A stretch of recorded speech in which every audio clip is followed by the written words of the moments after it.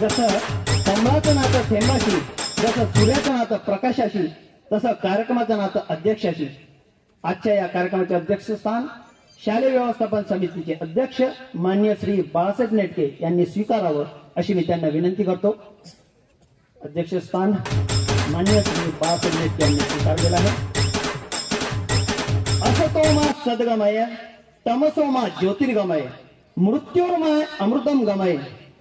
वाईटाकडून चांगल्याकडे, अंधारातून प्रकाशाकडे आणि मरणशीलतेकडून अमरत्वाकडे नेणारे कुशल नेतृत्व डॉक्टर सुनील भोकरे साहेब, अतिरिक्त मुख्य कार्यकारी अधिकारी जिल्हा परिषद छत्रपती संभाजीनगर यांनी प्रमुख पाहुण्याचे स्थान स्वीकारावं अशी मी त्यांना नम्र विनंती करतो.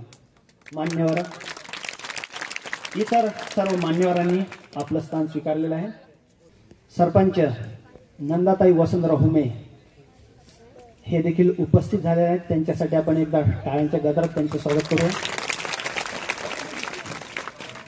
अंधकार दूर करून ज्ञानाचा दीप प्रज्वलित करण्यासाठी ज्या माय माऊलीने आपल्या आयुष्याचे कण वेचले, शोषित वंचितांचा आधार होऊन खऱ्या अर्थाने शिक्षणाची ज्ञानगंगा घराघरात नेऊन ठेवले, त्या रणरागिणी क्रांतीज्योती सावित्रीबाई फुले यांच्या प्रतिमेचे पूजन करण्याची व दीप प्रज्वलन करण्याची मी मंचावर उपस्थित असलेल्या मान्यवरांना विनंती करतो. आपण टाळ्याच्या गजरात या सोहळ्यास प्रारंभ.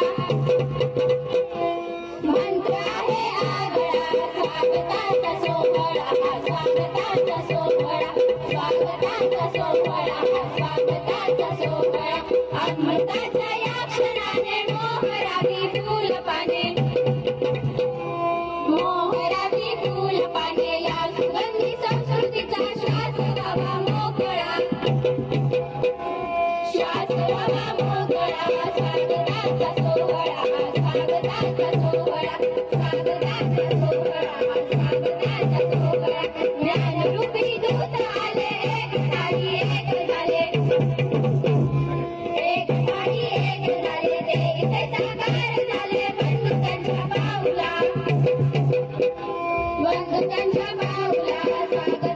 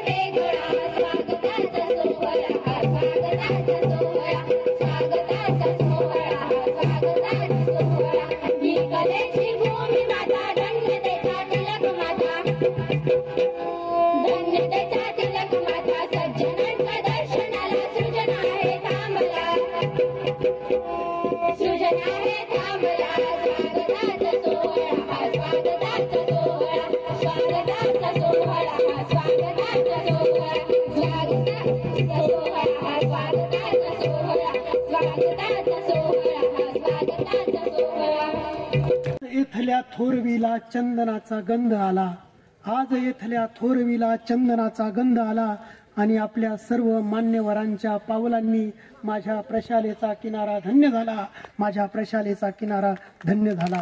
तर या ठिकाणी आदरणीय भोकरे साहेब, आपल्या जिल्हा परिषदेचे अतिरिक्त मुख्य कार्यकारी अधिकारी, आपल्या मार्गदर्शक, सर्व शैक्षणिक वातावरण उच्चतम दर्जावर जावं आणि सर्वांनीच जयश्री विजयश्री खेचून आणावी, सर्वांनी प्रत्येक क्षेत्रात विजयश्री खेचून आणावी अशी जी ताकद देतात त्या जयश्री चव्हाण मॅडम.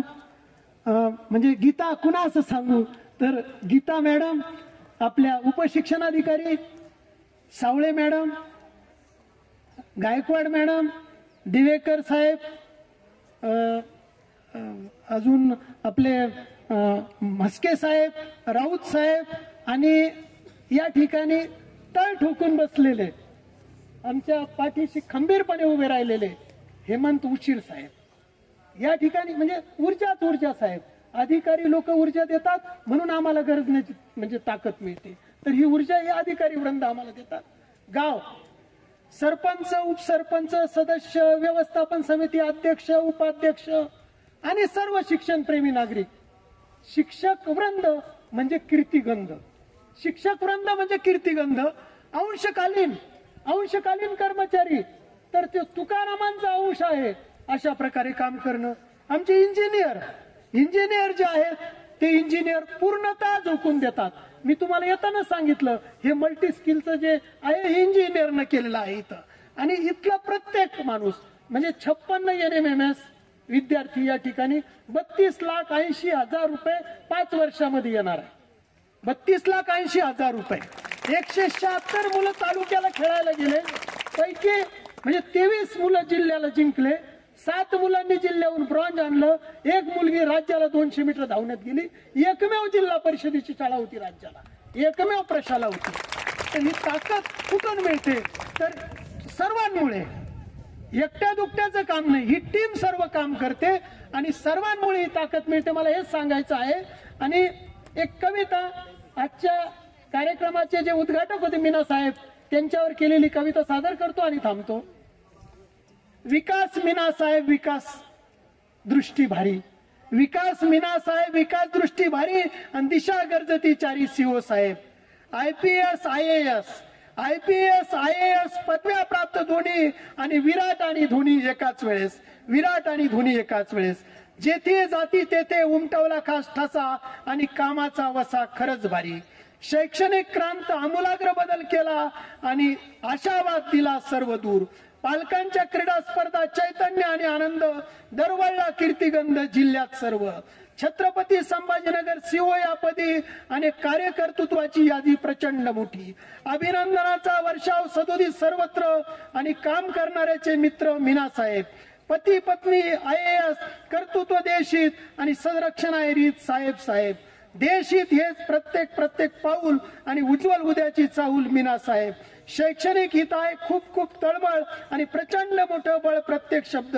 राजस्थान राज्य, महाराष्ट्र कर्मभूमी आणि महान थोर हमी मीना साहेब, महान थोर हमी मीना साहेब. तर अशा प्रकारे तुमचे आशीर्वाद, तुमची ऊर्जा आम्हाला बळ मिळेल. आणि जे PM श्रीचे 6 स्तंभ आहे, बेनिफिशरी सॅटिस्फॅक्शन हा शेवटचा स्तंभ आहे. आणि सर जो येतो तो शाळा छान झाली, छान काम चाललं, अशी साथ आम्हाला त्या गावातून मिळत आहे. त्यामुळेच आम्ही या ठिकाणी प्रगती पथावर आहोत. आदरणीय उपसरपंच रितेश मनोहर यांना विनंती करतो की त्यांनी या ठिकाणी आपलं मनोगत व्यक्त करावं. आई दाक्षिणीच्या चरणी नतमस्तक होऊन आज बीट स्तरीय क्रीडा स्पर्धाच्या निमित्ताने कार्यक्रमाचे प्रमुख उपस्थिती डॉक्टर सुनील भोकरे सर, जयश्रीताई चव्हाण मॅडम,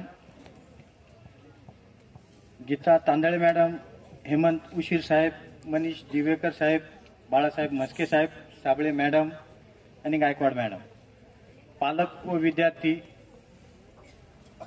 आज आपल्या गावाला जो हा बहुमान मिळाला त्याबद्दल मी भोकरे साहेबांचं आणि चव्हाण मॅडमचं धन्यवाद करतो, जे आम्हाला मान दिला आणि आम्ही हे कार्यक्रम करू शकलो, त्याबद्दल तुमचे वापस एकदा धन्यवाद करतो. आज हे बीच स्तरीय क्रीडा स्पर्धा करताना मला आमच्या शाळेचं बी एक थोडं माहिती देऊशी वाटते का ही शाळा 3 वर्षात साधारण 4 वर्षात आमच्या शिक्षक वर्गाने आणि पालक वर्गाने जो एकोपा दाखवून ह्या शाळेचा विकास केला आणि त्या शाळेला एक उच्च स्तरीय नेण्याचा जो प्रयत्न चालू आहे. भिशेवाडी इथे आज जवळ आहे आमच्या या लासूर सर्कलच्या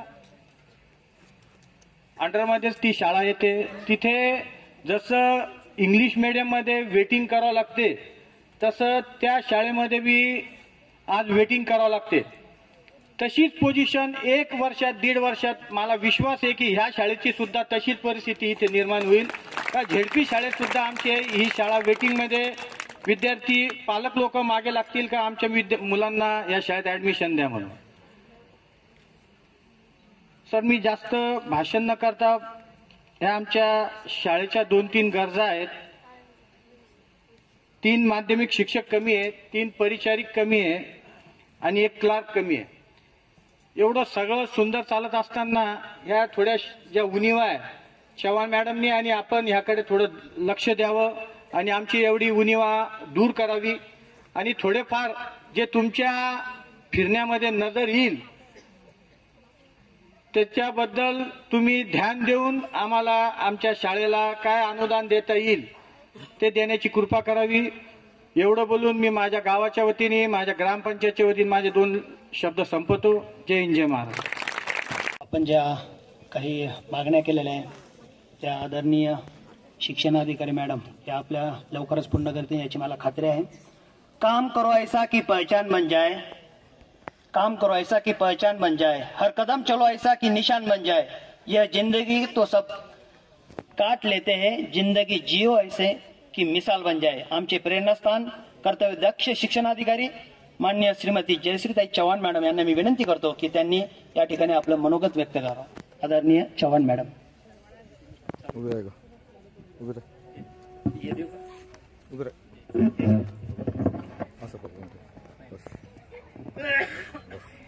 सर्वांना नमस्कार. विद्यार्थी नमस्कार नमस्कार नमस्कार. Very good.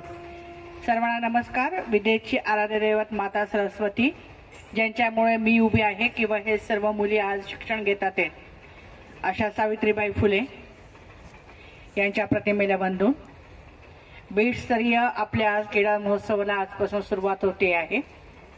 पालक स्पर्धा हा जो विषय होता हा माननीय मुख्य कार्यकारी अधिकारी यांच्या संकल्पनेतून मागच्या वर्षीपासून त्याला सुरुवात झालेली होती.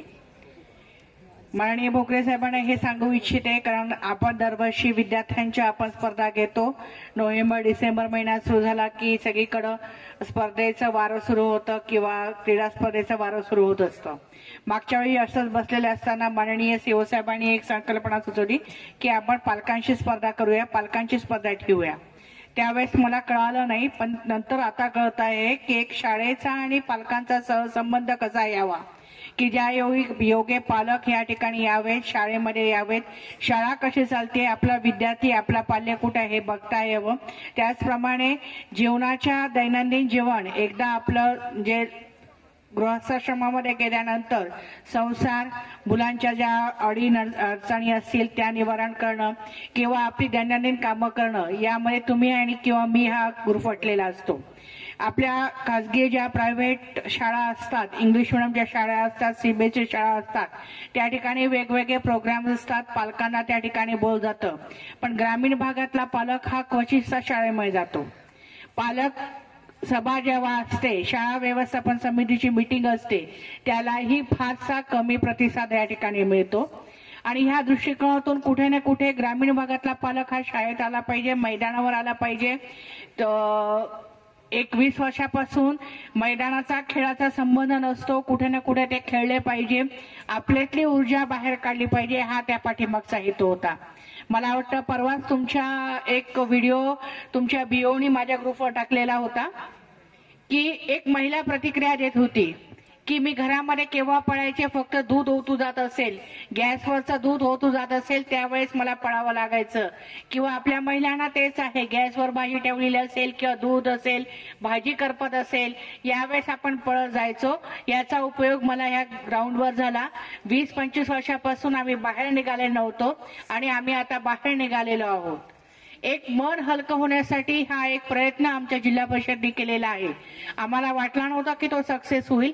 मागच्या वर्षी जेव्हा जिल्हास्तरीयचं आदरणीय भोकरे साहेबांना सांगू इच्छिते, जिल्हास्तरीयचं प्राइज डिस्ट्रीब्युशन होतं.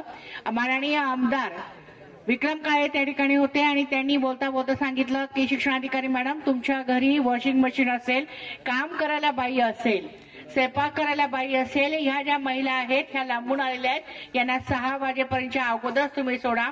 सांगायला आनंद होतो की 9 वाजेपर्यंत त्या ठिकाणून महिला हल्ल्याच नाही.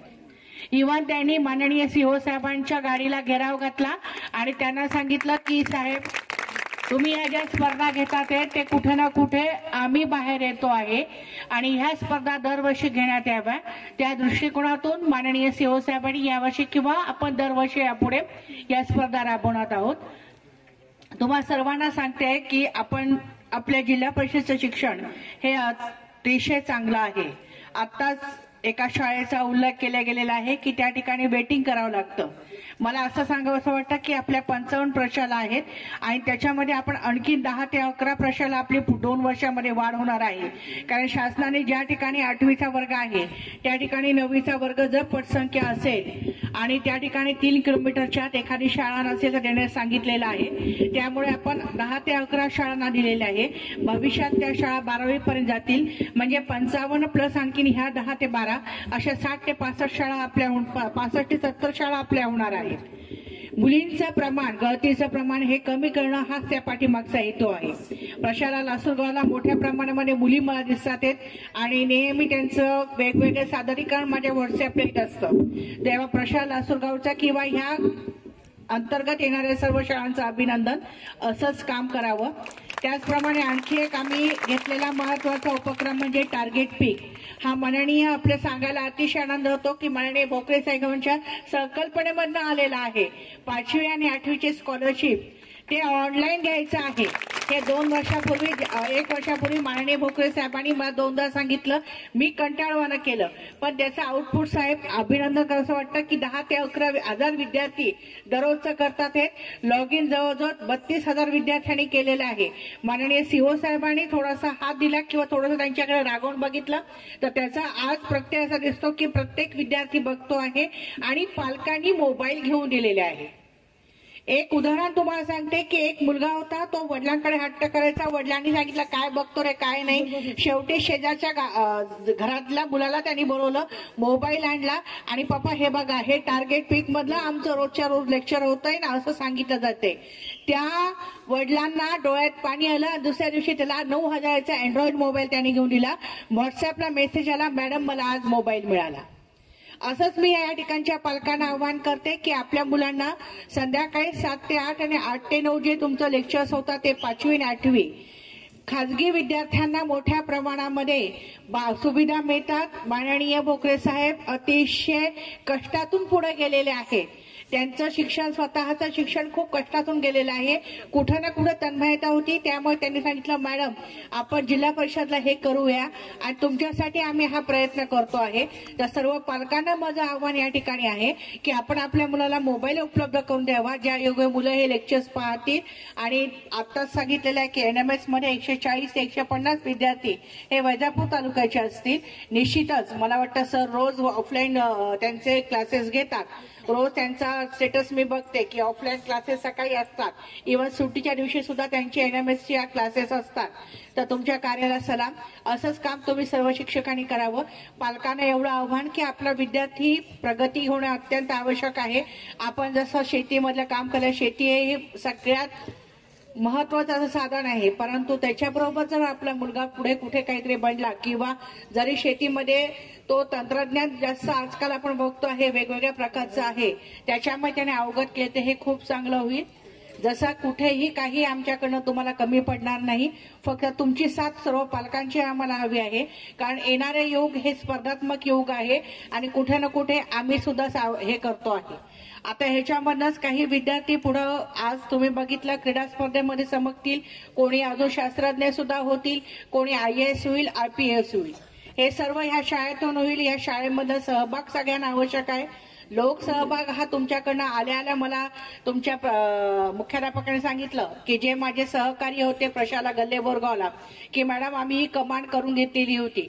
त्या कमांडच्या वेळेस कार्यबहुल्यामुळे मला येता आलं नाही, परंतु आज ती कमांड बघून मला खूप आनंद वाटला.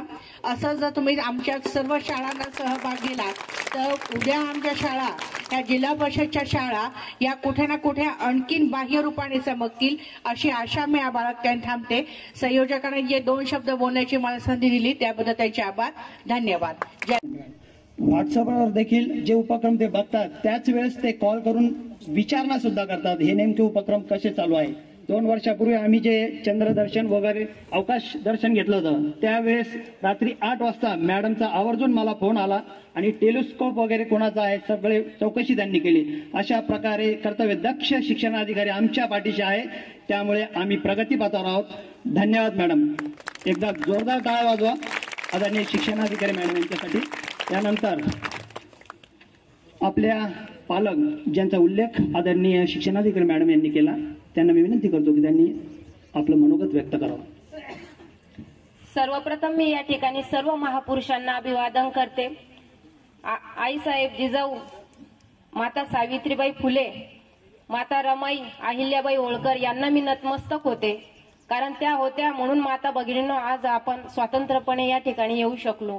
मंचावर उपस्थित सर्व मान्यवरांना या ठिकाणी मी माझा नमस्कार करते आणि आलेले सर्व पालक, माता भगिनी आणि विद्यार्थी यांना देखील माझा नमस्कार.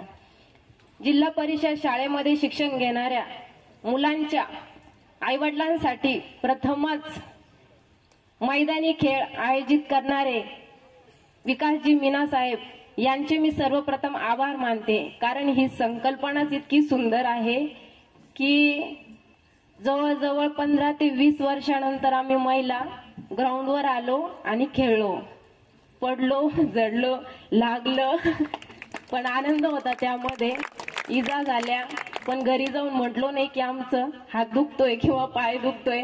त्या सर्व गोष्टीमध्ये आम्हाला फार आनंद वाटला. मी शिला भगवान गाडे भिशेवाडी या ठिकाणी माझी मुलगी विभावरी गाडे इयत्ता 1ली मध्ये शिक्षण घेत आहे. असं बऱ्याच ठिकाणी पाहायला भेटतं की मुलं शाळेमध्ये आई वडिलांचं नाव निघावं म्हणून खेळतात, पण या संकल्पनेतून पहिल्यांदाच असं दिसतंय की आई वडील जीवाचं रान करून मैदानावर पळताय की का की माझ्या मुलाला आनंद व्हावा की माझी आई जिंकली, माझे वडील जिंकले. मॅडम, मी तुम्हाला सांगू इच्छिते, मध्यंतरी सोशल मीडियावर एक मेसेज होता की शाळा आणि कॉलेजमध्ये टॉपर असणाऱ्या मुली लग्नानंतर जातात कुठे.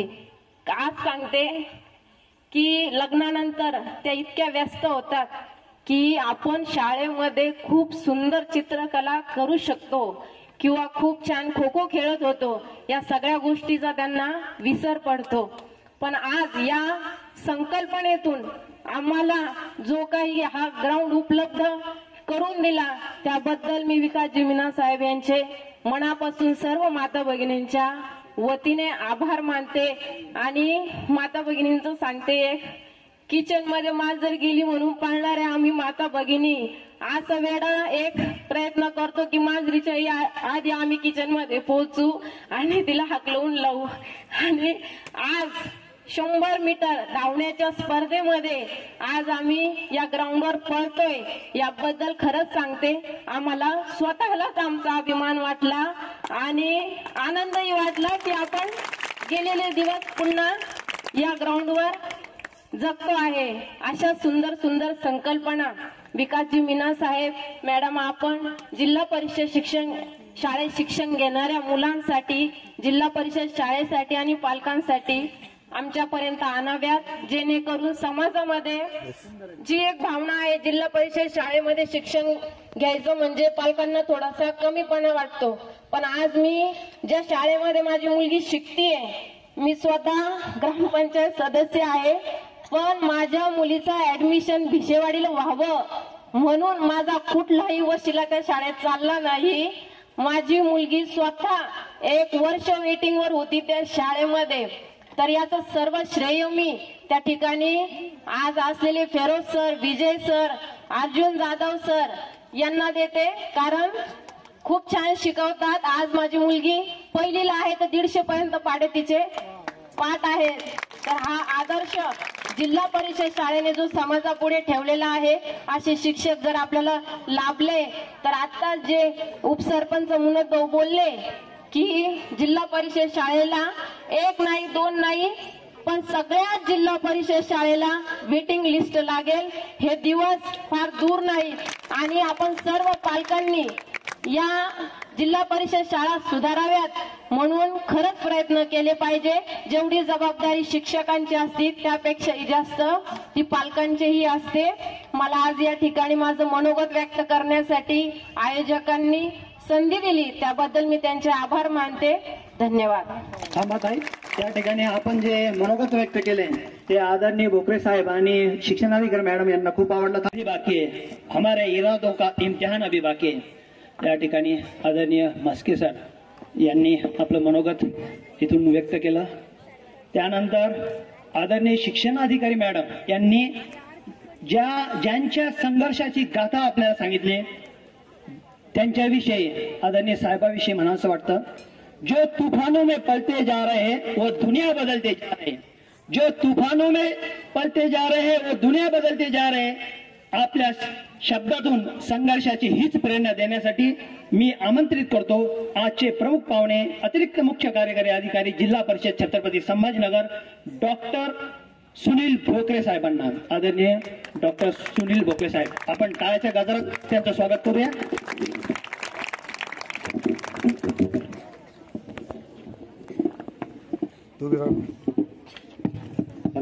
सन्मान्य व्यासपीठावरील चव्हाण मॅडम,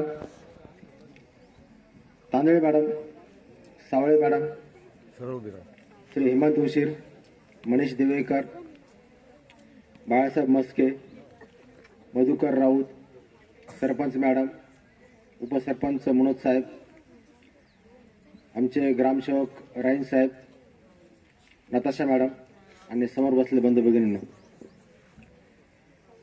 खरं तर आज क्रीडा स्पर्धा आहे, तुमचा काही ऐकण्याचा मूड नाहीये आणि असं म्हणतात की अशा वेळेस शहाण्या वक्त्यांनी देखील काही बोलू नये. मी पण स्वतःला शहाणा समजतो, त्यामुळे मी काही जास्त बोलणार नाही. परंतु ज्या अर्थी प्रमुख पाहुणे म्हणून बोलवले त्या अर्थी 2 शब्द बोलणं भाग आहे म्हणून तुमचा वेळ घेतो.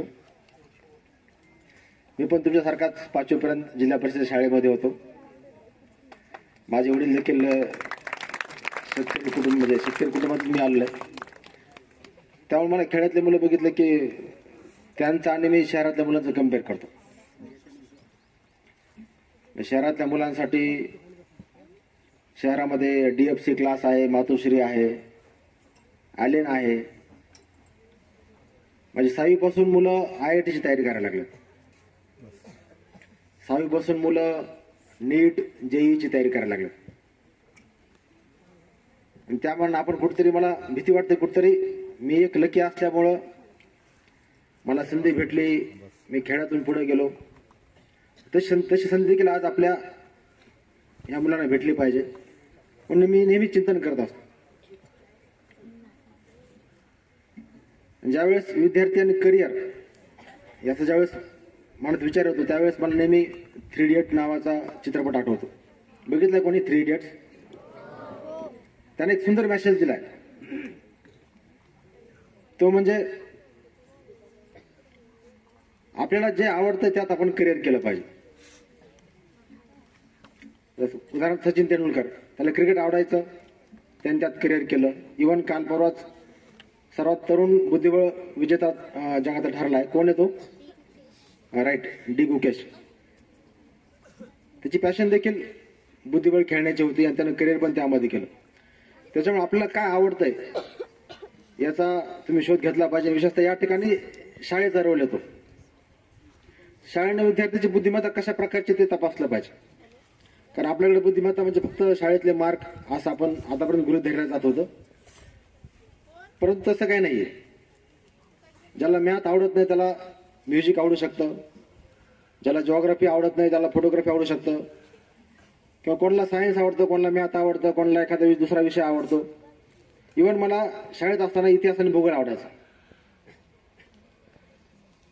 परंतु त्यावेळेस आमच्याकडे सगळे हुशार विद्यार्थी MBBS ला जायचे, मग त्यानंतर मग पुढचे इंजिनिअरिंग जायचे. मी वर्गात पहिला आलो, 10वीला मार्क चांगले पडले, 12वीला मार्क चांगले पडले, म्हणून मला त्यावेळेसच्या कंडिशननुसार मेडिकलला जावं लागलं. मी MBBS केलं घाटीमधून. पण MBBS करत असताना मला जाणवायचं की सायन्स मला आवडत नाही. मग त्यानंतर मी MPSC दिली, UPSC दिली, तेव्हा पण इतिहास भूगोल विषय घेतला आणि मला चांगला रँक आला आणि मी डॉक्टर सोडून इकडे वळालो. सांगायचा मुद्दा काय की आपल्याला आवडतं काय, शिक्षकांनी ते शोधलं पाहिजे. विद्यार्थ्यांना त्यांचा कल कुठल्या बाजूला आहे, कॉमर्सला आहे, टेक्निकल एज्युकेशनला आहे, त्याला बायोलॉजिकल सायन्स आवडतं, आणि त्यानुसार त्यांना कुठले कुठले करिअर्स आहेत हे शिक्षकांनी त्यांना गायडन्स केलं पाहिजे. त्यांना एक दीपस्तंभाप्रमाणे टॉर्च दाखवून मार्गदर्शन केलं पाहिजे. हे शिक्षकांचा त्या ठिकाणी रोल येतो, शाळेचा रोल येतो. त्यानंतर पुढची स्टेप म्हणजे विद्यार्थ्यांना काही गुण आवश्यक आहेत ते त्यांचे ते बिंबवले पाहिजेत. ते म्हणजे डिसिप्लिन, शिस्त, हार्डवर्क म्हणजे परिश्रम करणे, आणि कन्सिस्टन्सी म्हणजे सातत्य. हे तीन गुण फार महत्वाचे आहेत. डिसिप्लिन, हार्डवर्क आणि कन्सिस्टन्सी हे 3 गुण आपल्या विद्यार्थ्यात कसे बिंबतील, त्याचे ते कसे आत्मसात होतील याकडे तुम्ही लक्ष दिलं पाहिजे शिक्षकांनी. आपण नेहमी ससा आणि कासवाची गोष्ट ऐकतो. तर टॅलेंट सशाकडे होतं, परंतु त्याच्याकडे डिसिप्लिन नव्हती, हार्डवर्क नव्हतं, सातत्य नव्हतं, त्यामुळे तो ससा हारला आणि कासव जिंकला.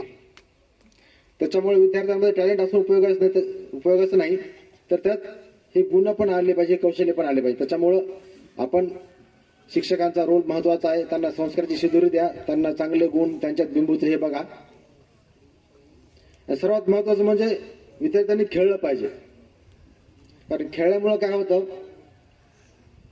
की तुमची बॉडी स्ट्रॉंग होते. बॉडी स्ट्रॉंग झाली की तुमचं मन स्ट्रॉंग होते. ज्यावेळेस मन कणखर असतं माणसाचं, जेव्हा मन कणखर असतं त्यावेळेस आपल्याला टेन्शन येत नाही, स्ट्रेस येत नाही, कुठला ताणतणाव येत नाही. आणि ज्यावेळेस आपण हायर लेवलचं एक्झाम देतो, मी स्वतःला ऑब्झर्व केलं. मी MPSCची परीक्षा देताना, MPSCची एक्झाम देताना आदल्या दिवशी मला टेन्शन आलं, UPSCच्या इंटरव्ह्यूच्या आदल्या दिवशी मला टेन्शन आलं होतं. तर तो स्ट्रेस येऊ नये म्हणून मुलांनी खेळाकडे लक्ष दिलं पाहिजे. तुमचं जर बॉडी स्ट्रॉंग असेल तर माइंड स्ट्रॉंग होईल आणि तुम्हाला पुढे भविष्यात ज्या मोठ्या एक्झाम द्यायच्यात, मोठ्या परीक्षा द्यायच्यात, त्यावेळेस तुम्हाला ताणतणाव येणार नाही. सर्वात महत्वाचं खेळामुळं एक टीम स्पिरिट तयार होतं, सांघिक भावना तयार होते.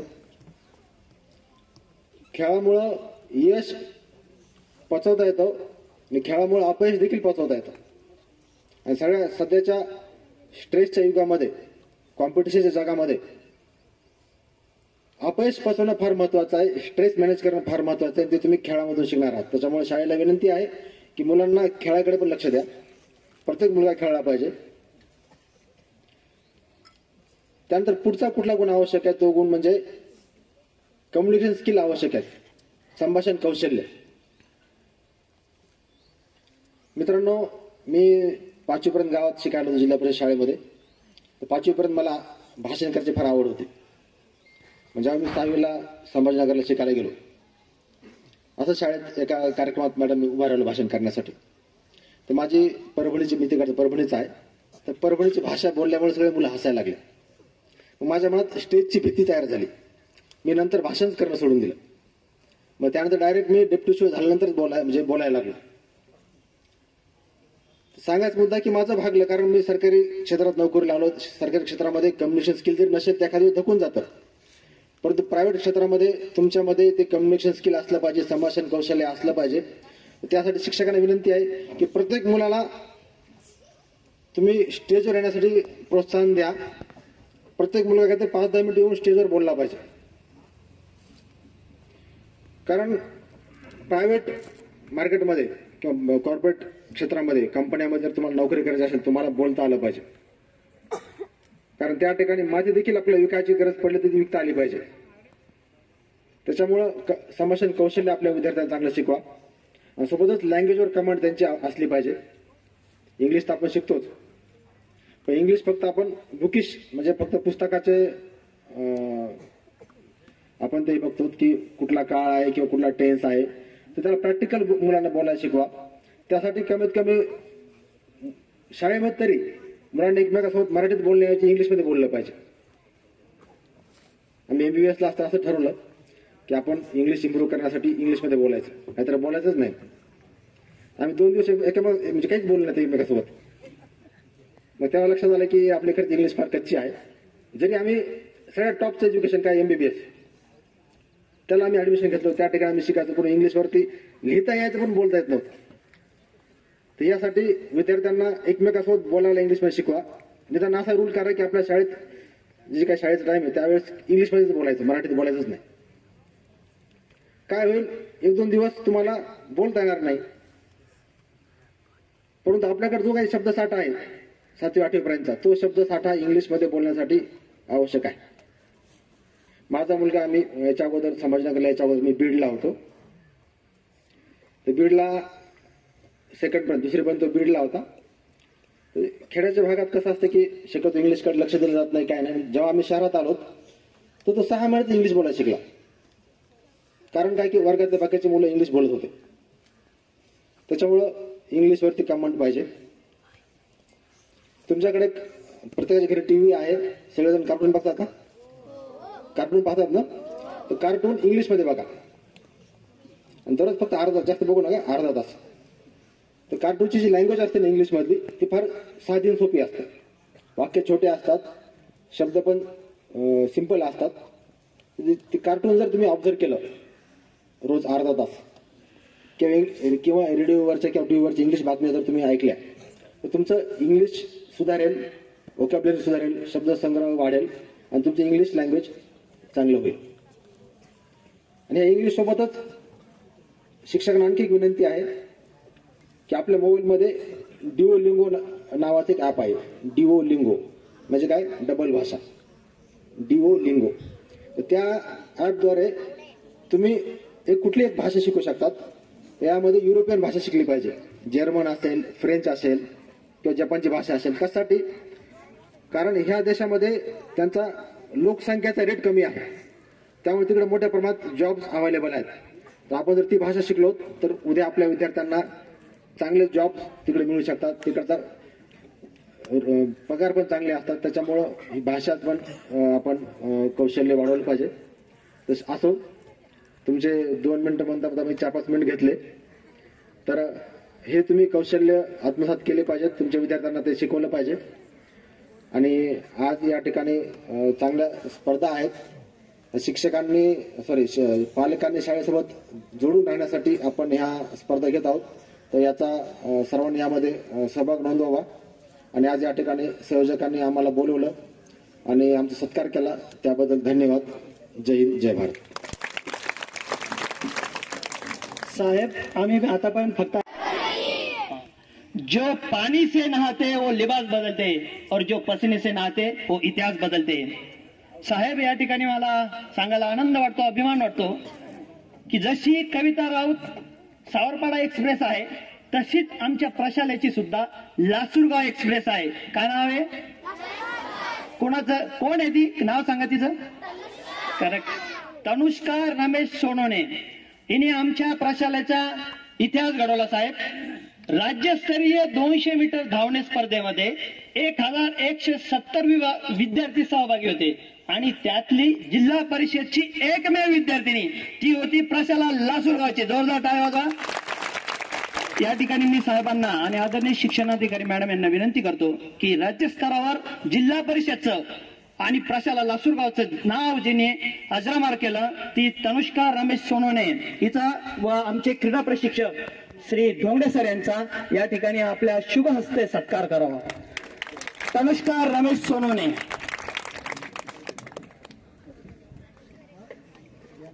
वरती जा. वरती जा.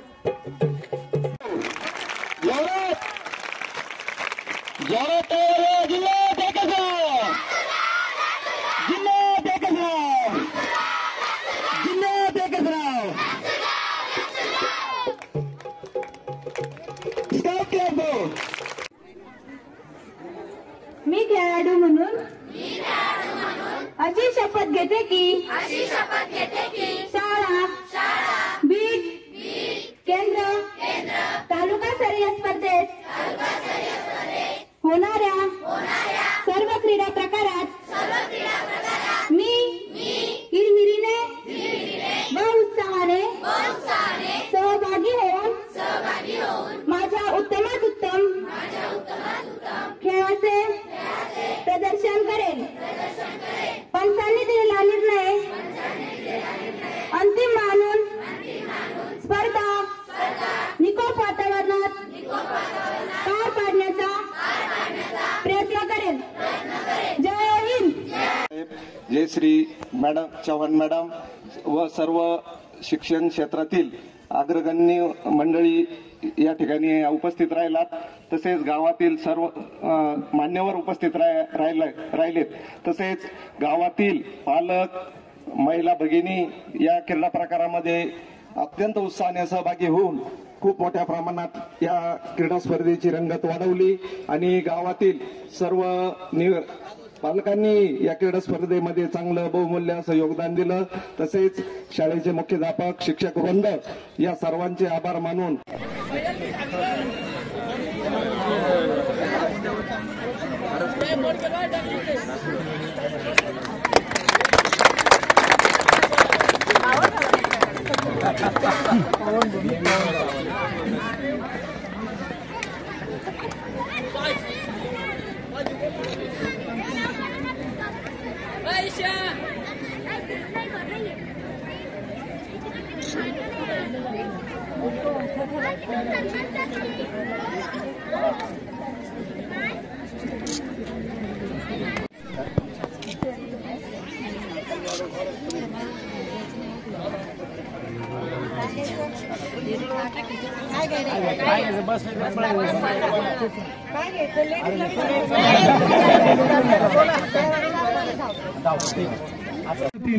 सर्व खेळाडूंना विनंती आहे की त्यांनी लवकरात लवकर कबड्डीच्या मैदानावर जावं.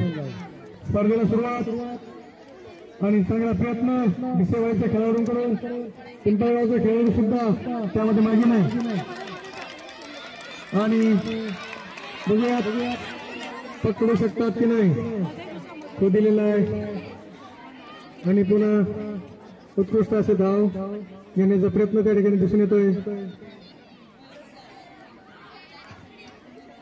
चांगला प्रयत्न परंतु पकडू शकले नाही खेळाडूला. पुन्हा एकदा खांबाकडे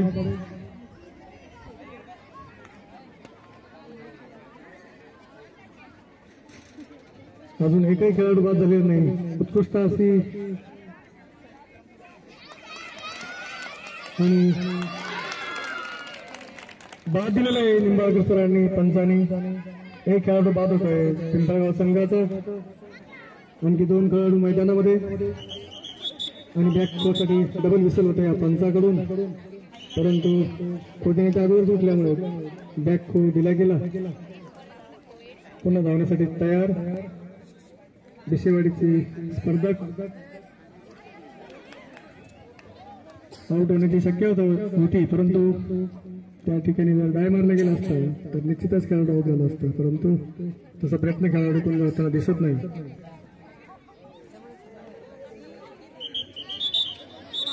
आणि डबल थ्रो देण्यासाठी पंचाकडून विसल पकडले होते परंतु बॅक थ्रो झाल्यामुळे नॉट आउट दिले गेला खेळाडू. 2 खेळाडू पुन्हा मैदानामध्ये. झाड आता आलेलं आहे अर्जुन सादोडा साड. हा हे सगळे आपले देशी झाड आहे आणि आपण हे म्हणजे तर याचे 4 लेअर आपण लावलेले आहे. ट्री सबट्री कॅनोपी शरप आणि हा टेक्निक मियावाकी टेक्निक आहे. म्हणजे तर 1 स्क्वेअर मीटर मध्ये आपण 3 झाड लावतो आणि हा म्हणजे तर आज आपण वृक्षारोपण केलेलं आहे. पुढचे 6 महिन्यानंतर तुम्ही इथे बघू शकता का झाडांची हाईट 10 फूटचे पण वर वाढणार. मॅडमचा दुसरा प्लॅन्टेशन आहे वाटतं मला. पहिला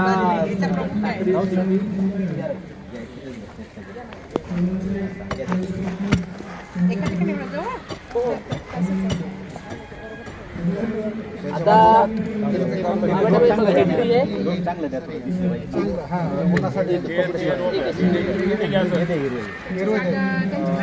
अर्जुन साधुऱ्याची जर कधी सालीच राख लावली तर जखम पूर्ण भरून निघते.